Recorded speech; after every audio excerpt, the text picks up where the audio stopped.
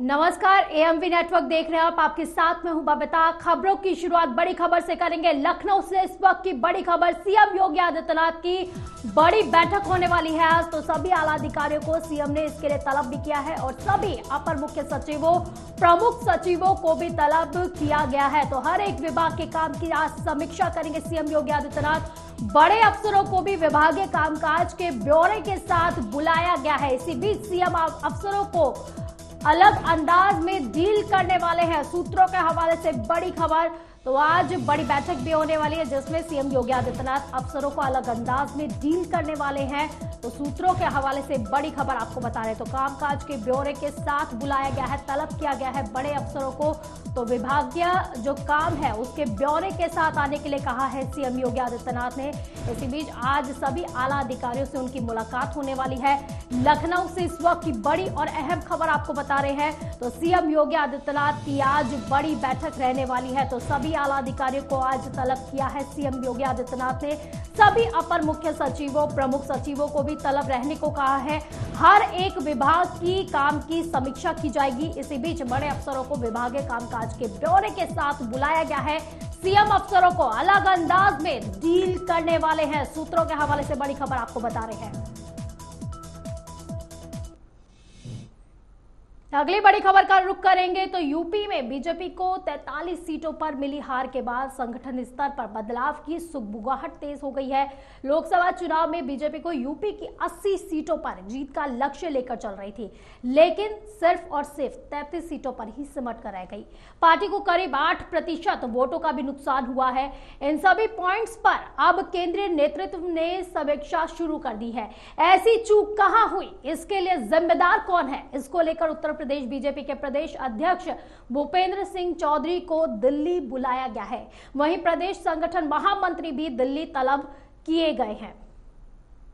तो ज्यादा जानकारी के लिए हमारे साथ यूपी के ब्यूरो चीफ अक्षत दत्त जोशी जुड़ गए हैं।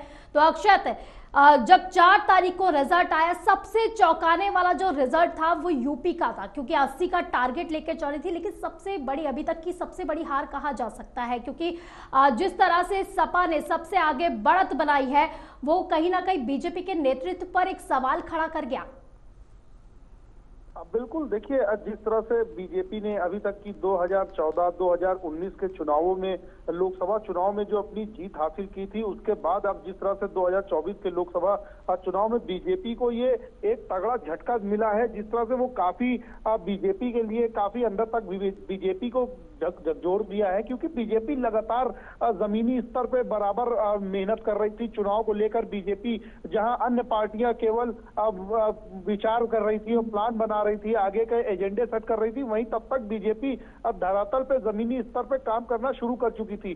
चाहे वो बीजेपी के केंद्र के बड़े पदाधिकारी रहे हों, या बड़े मंत्री रहे हों, बड़े सांसद रहे हों, या विधायक रहे हों, या प्रदेश के छोटे बड़े नेता रहे, तमाम जो प्रदेश के और केंद्र के छोटे बड़े नेता थे या बड़े पदाधिकारी थे, सब जमीनी स्तर पर उतर करके लोकसभा चुनाव की कवायदों में जुट गए थे। लोकसभा के लिए उन्होंने कमर कस ली थी। और जो यूपी का जो एजेंडा था, क्योंकि केंद्र का जिस तरह से एजेंडा था कि इस बार 400 पार और यूपी में इस बार 80 सीटें जो लाने की जो कवायद थी, जो टारगेट था योगी आदित्यनाथ के ऊपर, जो वो कहीं ना कहीं बिल्कुल एकदम चुनाव के बाद जब रिजल्ट आया उसके बाद वो एकदम धरातल में जिस तरह से दिखाई दिया है, क्योंकि एक बड़ा नुकसान बीजेपी को इस बार देखने को मिला है। तो उसका कहीं ना कहीं जो ठीकरा था वो भूपेंद्र चौधरी जो कि प्रदेश अध्यक्ष हैं उनके ऊपर, और या फिर जो इस वक्त जो संगठन मंत्री हैं धर्मपाल सिंह, उनके ऊपर फूटना था, जिसको लेकर के केंद्र नेतृत्व काफी नाराज नजर आए। जिसको लेकर के जो प्रदेश अध्यक्ष है, साथ ही जो संगठन मंत्री है, दोनों को ही दिल्ली तलब किया गया है। अब दोनों की जवाबदेही तय की जाएगी कि किस लिए चुनाव हारे हैं, क्या कारण थे जिसके चलते चुनाव हारे हैं। क्योंकि लगातार अब बीजेपी हम लगातार अपने चैनल पर दर्शकों को दिखा रहे थे कि किस तरह से लगातार बीजेपी सुबह से लेकर रात तक की बैठकें कर रही है, संगठन की बैठक हो रही है। तो प्रदेश के उसके मुख्यमंत्री की बैठक चल रही है, जिसमें दोनों डिप्टी सीएम है, साथ ही जो कार्यकर्ता है उनकी बैठक चल रही। तो एक लंबा जो पूरी जो कार्य प्रणाली थी बीजेपी की, वो देखने को मिली कि संगठन संगठन की बैठक हो रही है, उसके बाद पदाधिकारियों की बैठक हो रही है, फिर उसके बाद मंत्रियों की बैठक हो रही है। इतनी बैठकों के बाद, इतनी जनसभाओं के बाद भी बीजेपी को हार मिली है। इसका ठीकरा जाहिर सी बात है कि प्रदेश अध्यक्ष और संगठन मंत्री पे अब फूटेगा। और शायद मैं आपको ये बता दूं कि सूत्रों के हवाले से ऐसी सूचना आ रही है कि जो प्रदेश अध्यक्ष है वो अपना इस्तीफा भी दे सकते हैं। जी बिल्कुल, क्योंकि अक्षत जिस तरह के रिजल्ट हमने देखे खासकर यूपी में, क्योंकि यूपी वही जहां पर सबसे ज्यादा डेवलपमेंट हुआ है, यूपी वही जहां पे जो है कानून व्यवस्थाओं का जहां पर जिक्र किया जाता है, जिसका उदाहरण अन्य राज्यों में दिया जाता है, यूपी वही जहां पर अयोध्या में राम राज विराजमान हुए। लेकिन यहाँ पर सबसे बड़ा चौंकाने वाला जो देखा जाए, सबसे बड़ा मामला जो था यहाँ पर, सबसे ज्यादा जो चौंकाने वाली चीज थी वो थी अयोध्या। जिस तरह से हार बीजेपी को मिली है वो सबसे ज्यादा चौंकाया है उसने। बिल्कुल, देखिए ये बीजेपी के लिए एक बेहद बीजेपी को एक अंतर्घात करने की जो एक कोशिश थी। बीजेपी को एक बड़ा झटका जो मिला है वो खास तौर पे देखा जाए तो अयोध्या से मिला है। बीजेपी को बाकी सीटों पे हारने का उतना दुख नहीं है जितना बीजेपी को अयोध्या से एक दुख मिला है, क्योंकि बीजेपी ने अयोध्या के लिए तमाम जो इंटरनेशनल एयरपोर्ट दिया, वहां पे जो रेलवे स्टेशन था उसका जीर्णोद्धार किया, उसको एक अंतरराष्ट्रीय स्तर पर रेलवे स्टेशन बनाया, एयरपोर्ट बनाया, वहां की सड़कों का जो चौड़ीकरण किया, वहां पे मंदिर का जो निर्माण किया। मतलब जो जिस तरह से बीजेपी ने अयोध्या का जो निर्माण किया, जिस तरह से अयोध्या को उन्होंने रिफॉर्म किया, और इसी के साथ ही रोजगार के जो अवसर भी वहां पर ज्यादा से ज्यादा पैदा हुए हैं अक्षत। बिल्कुल, देखिए जाहिर सी बात है कि जब एक किसी भी जिले को एक बड़े स्तर पर उसको अंतर्राष्ट्रीय स्तर पर उसको रखा जाता है, धरातल पर जब अंतर्राष्ट्रीय स्तर पर कोई जिले को रिप्रेजेंट किया जाता है, चाहे वो मंदिर को लेकर के हो या फिर किसी तीर्थ स्थल को लेकर के हो, या फिर वो किसी बड़े प्रोजेक्ट को लेकर के हो, या फिर किसी बड़े पार्क को लेकर के हो, या कोई भी ऐसी को किसी भी ऐसे पॉइंट पर रखा जाए जबकि वो अंतर्राष्ट्रीय स्तर पर उसको देखा जाता है, तो जाहिर सी बात है कि वहां पे रोजगार की जो बिंदु है वो भी काफी उभर के सामने आते हैं। और फिर क्योंकि वहां पे देखिए अब पहले जिस तरह से देखा जाता था अयोध्या को कि पतली पतली गलियां हुआ करती थी, छोटे छोटे मंदिर हुआ करते थे, लोगों को काफी लंबी लाइन लगती थी, अगर बड़ा कोई प्रोजेक्ट बड़ी कोई वहां पे रैली करते थे उसके लिए जगह नहीं होती थी, गाड़ी पार्किंग की जगह नहीं होती थी। अब वहां पे देखिए बड़े बड़े होटल है, 5 सितारा होटल वहां पे है, बड़ी पार्किंग लॉट है वहां पे, सरयू जी का जिस तरह से विस्तार किया गया, तो जाहिर सी बात है कि एक तरीके से लोगों को रोजगार मिला है, साथ ही रोजगार के साथ वहां पे विकास भी देखने को मिला है। बीजेपी के लिए यही सबसे करारी हार रही है, जो कि अयोध्या, जो कि बीजेपी को एक बड़ा तगड़ा, बिल्कुल बहुत बड़ा हार्ट ब्रेकिंग जो है वो बीजेपी के लिए रहा है। लेकिन अक्षत यहाँ पर जानना चाहेंगे, जब आपने सभी नेताओं से भी बात की होगी, बीजेपी से भी बात की होगी, उनका क्या कहना है, कहां पर यहाँ पर कमी रह गई? देखिए अभी फिलहाल जो बीजेपी के ऊपर जानकारी निकल के आ रही है वो ये आ रही है कि बीजेपी के केंद्र नेतृत्व को गलत जानकारियां दी गई हैं। यूपी में 80 में से 75 सीटों पर बीजेपी ने अपने उम्मीदवार उतारे थे। सूत्रों की माने तो भाजपा की ओर से उम्मीदवारों की जो छवि और जो फीडबैक देने की जिम्मेदारी होती है वो संगठन की होती है।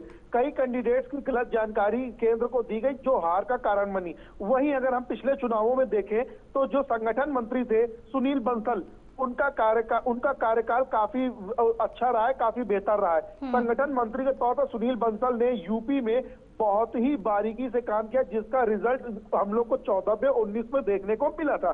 जिसके बाद 19 में जीत के बाद सुनील बंसल को प्रमोशन कर दिया गया, फिर वो राष्ट्रीय महामंत्री हो गए। अब उसके बाद सुनील बंसल की जिम्मेदारी दी गई थी धर्मपाल सैनी को, जो कि लंबे समय से झारखंड में प्रदेश संगठन मंत्री के तौर पे काम कर रहे थे। धर्मपाल सिंह जब यूपी में आए, उन्होंने यूपी में आके जिस तरह से सुनील बंसल काम करते थे कि सुनील बंसल एक एक मंत्रियों से, एक एक कैंडिडेट से व्यक्तिगत जाकर के मिलते थे, उनकी छवि के बारे में, उनके पोर्टफोलियो को तैयार करके केंद्र तक भेजते थे। कहीं ना कहीं ये पूरी जिम्मेदारी जो थी इस बार वो धर्मपाल सिंह के ऊपर थी, जो कि संगठन मंत्री थे। उनकी ओर से अभी तक उनकी ओर से पूरा जिम्मेदारी से कार्य नहीं निभाया गया, जिसके चलते बीजेपी को करारी हार का सामना किया गया है। लेकिन अक्षत एक बड़ा कारण एंटी इनकम्बेंसी भी बताया जा रहा है यहाँ पर। बिल्कुल, देखिए एक बड़ा कारण ये भी हो सकता है कि जिस तरह से बीजेपी ने कैसरगंज से ब्रजभूषण शरण सिंह को टिकट देने में या उनके परिवार को टिकट देने में एक लंबा समय निकाल दिया बीजेपी ने, ये भी एक बड़ा कारण रहा है। साथ ही वहीं हमने देखा था कि जिस तरह से धनंजय सिंह जौनपुर से धनंजय सिंह उन्होंने अपनी बीजेपी को पूरा समर्थन देने की बात कही।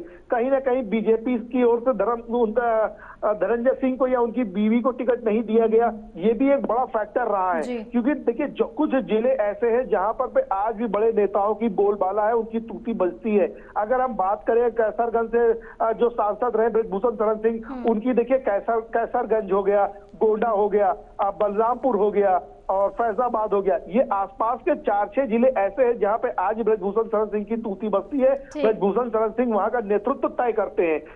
यानी एक तरह से कहा जा सकता है एंटी इनकम्बेंसी और वहीं पर जो नेतृत्व में जो कमजोरी दिखाई दी है, जिस तरह से आपने बताया कि कई ऐसी चीजें थी जो आला कमान तक नहीं पहुंच पा रही थी, तो इसमें भी कमी की वजह से जो है बीजेपी को इतनी बड़ी हार का सामना करना पड़ा है। फिलहाल के लिए बहुत बहुत शुक्रिया अक्षत आपका इन तमाम जानकारी के लिए। वहीं मुजफ्फरनगर में पुलिस और बदमाशों के बीच मुठभेड़ हुई है। बड़ी खबर आपको बता रहे हैं, जहां पर मुजफ्फरनगर में पुलिस और बदमाशों के बीच मुठभेड़ हुई। 2 लाख का बदमाश जो है इनामी बदमाश मुठभेड़ में ढेर हो चुका है। नोएडा एसटीएफ और मुजफ्फरनगर पुलिस का ऑपरेशन था। ये तो बिहार का रहने वाला बताया जा रहा है इनामी बदमाश। तो रतनपुरी थाना क्षेत्र में ये मुठभेड़ हुई थी। तो बड़ी खबर आपको बता रहे हैं, जहां पर मुजफ्फरनगर में पुलिस और बदमाशों के बीच मुठभेड़ हुई। तो वहीं पर जो ये बदमाश है 2 लाख का इनामी बदमाश बताया जा रहा है, जो मुठभेड़ में ढेर हो चुका है। नोएडा एसटीएफ और मुजफ्फरनगर पुलिस का ये बड़ा ऑपरेशन था, जिसमें पुलिस को बड़ी कामयाबी मिली है। तो बिहार का रहने वाला है ये इनामी बदमाश जो आज ढेर हो चुका है। तो रतनपुरी थाना क्षेत्र में ये मुठभेड़ हुई थी।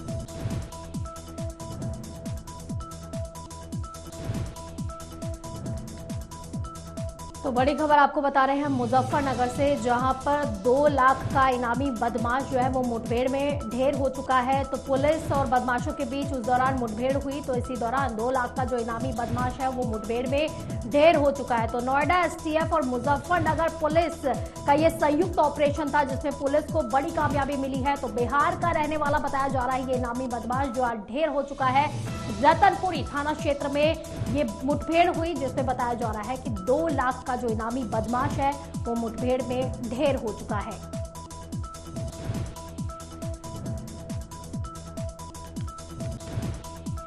तो बड़ी खबर आपको बता रहे हैं, बिहार का रहने वाला ये इनामी बदमाश था जो आज ढेर हो चुका है। नोएडा पुलिस और मुजफ्फरनगर पुलिस की ये संयुक्त कार्रवाई हुई है। तो उसी दौरान ये बड़ी कामयाबी मिली है। लोकसभा चुनाव के कारण प्रदेश में लगी आचार संहिता की वजह से पिछले 2 महीने से बंद चल रहा जनता दर्शन कार्यक्रम आज से फिर से शुरू हो चुका है। मुख्यमंत्री योगी आदित्यनाथ सुबह 9 बजे से दोपहर 2 बजे तक जनता के बीच जाकर उनकी समस्याएं सुनेंगे और निराकरण के लिए अधिकारियों को भी तत्काल निर्देशित भी करेंगे। मुख्यमंत्री आचार संहिता से पहले तकरीबन हर दिन अपने सरकारी आवास 5 कालिकास मार्ग पर जनता दर्शन कार्यक्रम के दौरान आमजन से मुलाकात करते रहते हैं। इस दौरान प्रदेश के अलग अलग हिस्सों से आए लोग सीएम योगी आदित्यनाथ से मिलकर उन्हें अपनी समस्याओं से अवगत कराते हैं। तो सुबह 9 बजे से दोपहर 2 बजे तक जनता की समस्याएं सुनी जाएंगी। तो दोबारा से जनता दरबार शुरू हो चुका है, जिसमें अब सीएम योगी आदित्यनाथ जनता से मिलेंगे, उनकी समस्याओं को सुनेंगे और तत्काल से ही निवारण करने का प्रयास किया जाएगा। लोकसभा चुनाव में सपा के शानदार प्रदर्शन के बाद बुधवार को बेटी अदिति के साथ सपा सांसद डिंपल यादव बरसाना राधा रानी के दर्शन करने पहुंची। यहां उन्होंने पूरी विधि विधान के साथ पूजा अर्चना की। मंदिर माला और पटुका पहनकर उनका स्वागत किया गया। इस दौरान उन्होंने कहा कि राष्ट्रीय अध्यक्ष अखिलेश यादव पहले भी राधा रानी के दर्शन कर चुके हैं। मेरा काफी मन था कि मैं भी राधा रानी के दर्शन करूं, इसलिए मैं राधा रानी के दर्शन करने के लिए आई हूं। इस दौरान डिंपल यादव राजनीतिक सवालों से बचती हुई नजर आई। डिंपल ने कहा कि हमने ब्रज में काफी विकास किया है, मैं भगवान के दर्शन करने के लिए आई हूं। डिंपल ने लोकसभा चुनाव में मिली बढ़त के लिए सभी को धन्यवाद भी दिया।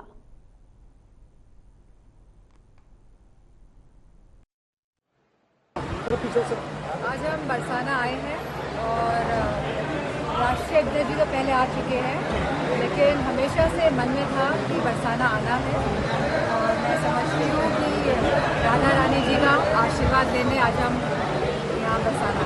अखिलेश जी जब आए थे उन्होंने यहाँ एक बहुत अप्रत्याशित घोषणा की थी रोपवे की, लेकिन वो रोपवे आज तक पूरा नहीं हो पाया है। अब उसका काम पूरा होने पर क्या कहेंगे? उनकी योजना थी उसको बीच में रोक दिया गया है। मैं समझती हूँ अगर क्योंकि यह मौका नहीं है, क्योंकि हम दरबार में माता रानी के आए हैं, तो इन सब बातों पे हम टिप्पणी नहीं करना नहीं, उन्हीं के यहाँ सेवा की थी उन्होंने, ये संकल्प लिया था। लेकिन बहुत ऐसे कार्य हैं जो हमने वृंदावन के करे, बरसाना के करे, अयोध्या के करे, लेकिन हम उसका प्रचार नहीं करते।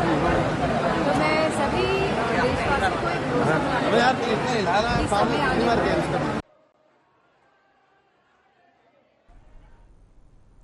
खबर मेरठ से है, जहां पर हैरान कर देने वाला मामला सामने आया है, जहां एक मरे हुए आदमी के फर्जी हस्ताक्षर कराकर उसकी कार को बेच दिया गया। मृतक की बहू ने आरोपियों के खिलाफ शिकायत कर कार्रवाई की मांग कर दी है।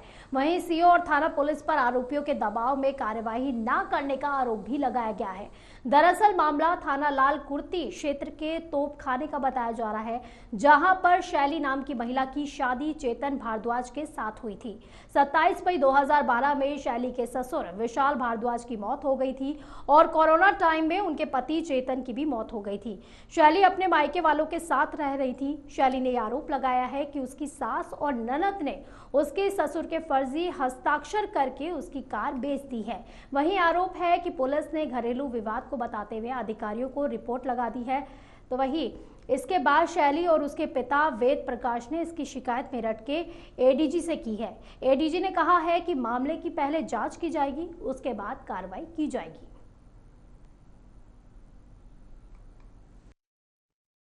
प्रेस वार्ता में मैं अवगत कराया कि पुलिस मेरी बात को नहीं सुन रही है और रिपोर्ट नहीं दर्ज कर रही है। मैंने एक प्रार्थना जैसे एसएसपी साहब को दिया था। मेरी बेटी के ससुर चेतन प्रकाश शर्मा पुलिस में इंस्पेक्टर थे।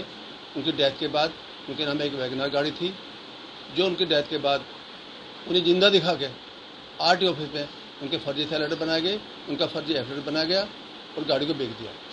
गाड़ी बेचने वाले में उनके पति सुमन शर्मा, उनका दामाद योगेश शर्मा, उनकी बेटी मोनिका शर्मा और उनकी बेटी सोनिका, ये 4 मुलजिम हैं जिनको हमने गाड़ी चलाते देखा। चेतन प्रकाश की डेथ के बाद गाड़ी को प्रयोग करते देखा और गाड़ी को इन लोगों ने बेचा है, ऐसे हमने रिपोर्ट करी है। सीओ साहब ने इनकी जांच करी थी, उसने अभिषेक तिवारी ने, उन्होंने दूसरी पार्टी के दबाव में आके ये लिख के भेज दिया कि साहब अपनी बेटी को मकान में घुसाना चाहते हैं, जबकि बेटी को मकान में घुसाने का प्रकरण नहीं है। देवरिया के तरकुलवा थाना क्षेत्र के परास खाड़ गांव में एक पेड़ की डाली तोड़ने को लेकर मारपीट शुरू हो गई। मारपीट में दर्जनों लोग घायल हो गए हैं। बताया जा रहा है कि विजय यादव और श्रीराम यादव के बीच जमीनी विवाद सालों से चलता आ रहा है।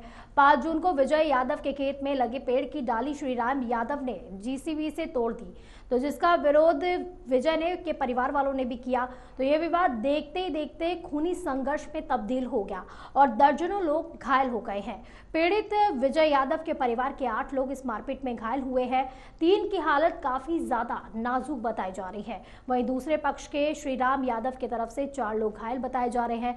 विजय यादव का कहना है कि श्रीराम यादव हमारे गांव में ईंट भट्टा चलाते हैं और कच्ची शराब बनवाकर बेचते भी हैं, जिसकी शिकायत हमने अधिकारियों से लिखित भी की थी। जांच भी हुई लेकिन कोई कार्रवाई नहीं की गई और उसी से नाराज होकर श्रीराम यादव ने मेरे जमीन में लगे पेड़ की डाली जेसीबी से तोड़वा दी। तभी यह विवाद शुरू हो गया। वहीं थानाध्यक्ष ने बताया कि दोनों तरफ से तहरीर मिली है, मुकदमा दर्ज कर लिया गया है। घायलों का इलाज मेडिकल कॉलेज में चल रहा है और आगे की कार्रवाई भी शुरू कर दी गई है। वो आदमी मान लीजिए हमको मारा गया था, वो हम अपने खेत में मिट्टी निकलवा रहे थे और उसके बाद से वो सब चूंकि उसका डाल हमारे खेत में एक छाया पूरा पकड़ लिया था, उसमें जीसीबी से हम जीसीबी वाले दुकान के दो एक डाल उसमें से निकाल दिया। हमारे खेत में काफी प्रभाव करता था। उन सबों को नियत पहले से थी, पुरानी रंजिश चलता है, दुश्मनी थी। हम वहाँ नवासा पर रहते हैं। उन सबों को नियत पहले से थी कि इनको दुकान के हमला करेंगे, मार देंगे। चांद से मारने के प्रयास में वो सब इतना तलवार, किस चीज से मारे लोग? तलवार से, तलवार लेके दौड़े। आज ये हम खड़े थे, त्यों तलवार चलाए और तलवार चलाए हमारे सर पर लगा, हम वहीं गिर गए और गिर गए। उसके बाद से काफी तब से हम समझ नहीं पाए, जान नहीं पाए कि हाँ उसके बाद मान लीजिए दुकान क्या हुआ, बेहोशी हालत में हम वहाँ से दुकान हमको लोग लेकर गए, घर के लोग पहुँचे, फिर वहाँ तक वो सब भाग गए। हाँ कैसे लोग हैं वो लोग? वो बहुत मनपड़ किस्म के सब आदमी हैं और बहुत हरामी हैं सब।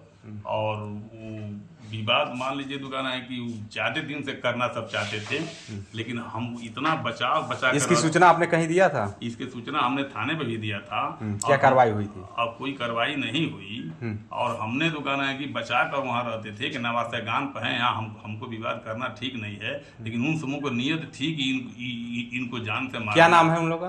उन लोगों का नाम है श्रीकांत और श्रीकांत, विजय प्रताप, बलेश्वर, दशरथ, कृष्णमोहन।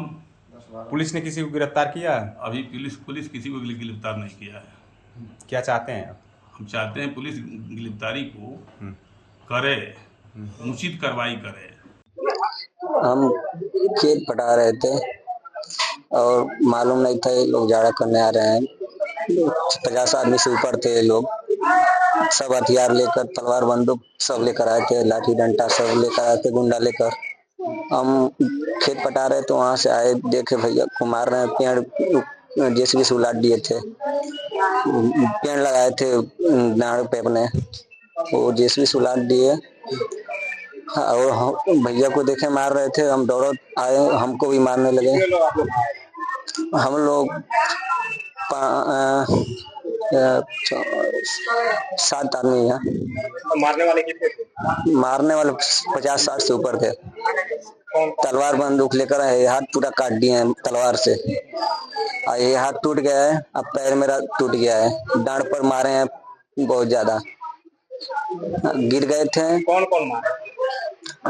प्रेम यादव और परमेश्वर यादव और श्री राम थे और उनके जो ड्राइवर थे और उनके चाचा भतीजा सब वहाँ। वहीं गर्मी के मौसम में एसी फटने और उसकी वजह से घरों में आग लगने की कई घटनाएं सामने आ रही हैं। गाजियाबाद के पौष इलाके में भी बुधवार को एसी फटने की खबर सामने आई, जहां पर एसी से में धमाके के बाद घर की पहली और दूसरी मंजिल तक आग की लपटें पहुंच गई।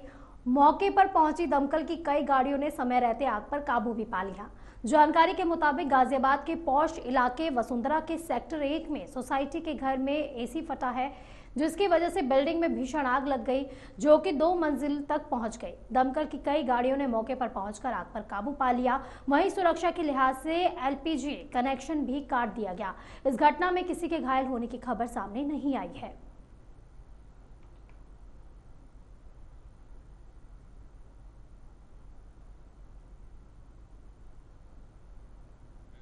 लगभग 5:30 बजे फायर स्टेशन वैशाली में सूचना प्राप्त हुई थी।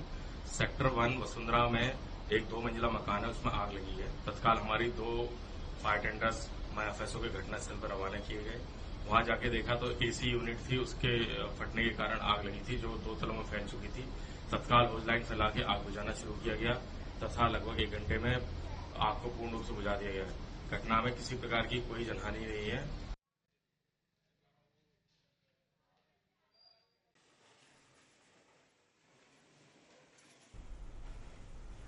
खबर नोएडा से है, जहां पर सेक्टर 119 की एक ग्रुप हाउसिंग सोसाइटी में आग लगने की घटना सामने आई। फायर विभाग के अधिकारियों ने कहा कि नोएडा में ग्रुप हाउसिंग सोसाइटी के ऊंचे टावर की 17वीं मंजिल पर एक अपार्टमेंट में बुधवार को आग लग गई। तो वहीं पर आग लगने के बाद मौके पर अफरा तफरी मच गई। खुद की जान बचाने के लिए लोग इधर उधर भागने लगे। आग की सूचना मिलते ही फायर विभाग ने मौके पर पहुंचकर काफी मशक्कत के बाद आग पर काबू पा लिया।